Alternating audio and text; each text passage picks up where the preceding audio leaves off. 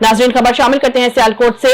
ABC news के तहसील नुमाइंदा पिसरोड मोहम्मद शहबाज की रिपोर्ट के मुताबिक सियालकोट पुलिस ने मुतअद्दिद वारदातों में मुलव्विस गैंग के सरगना समेत 5 अरकान को गिरफ्तार कर लिया। 3 लाख नकदी समेत 10 मोटरसाइकिलें, 2 पेट्रोल इंजन और वारदातों में इस्तेमाल होने वाला नाजायज असलाह बरामद। तफसीलात के मुताबिक डीपीओ सियालकोट मोहम्मद हसन इकबाल की हिदायत पर सियालकोट पुलिस ने जराइम पेशा नासिर के खिलाफ क्रैकडाउन जारी कर रखा है। इस सिलसिला में डीएसपी सदर सर्कल की जेर निगरानी एसएचओ थाना मुरादपुर ने टीम के हमरा कार्रवाई अमल में लाते हुए चोरी की वारदातों में मुलव्विस गैंग के सरगना समेत 5 अफराद को गिरफ्तार कर लिया है।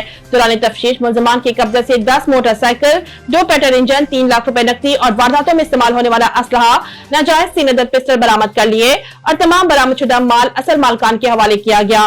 गिरफ्तार मुलजमान से मजीद तफ्तीश जारी है, जिनसे मजीद बरामदगी अमल में लाई जाएगी।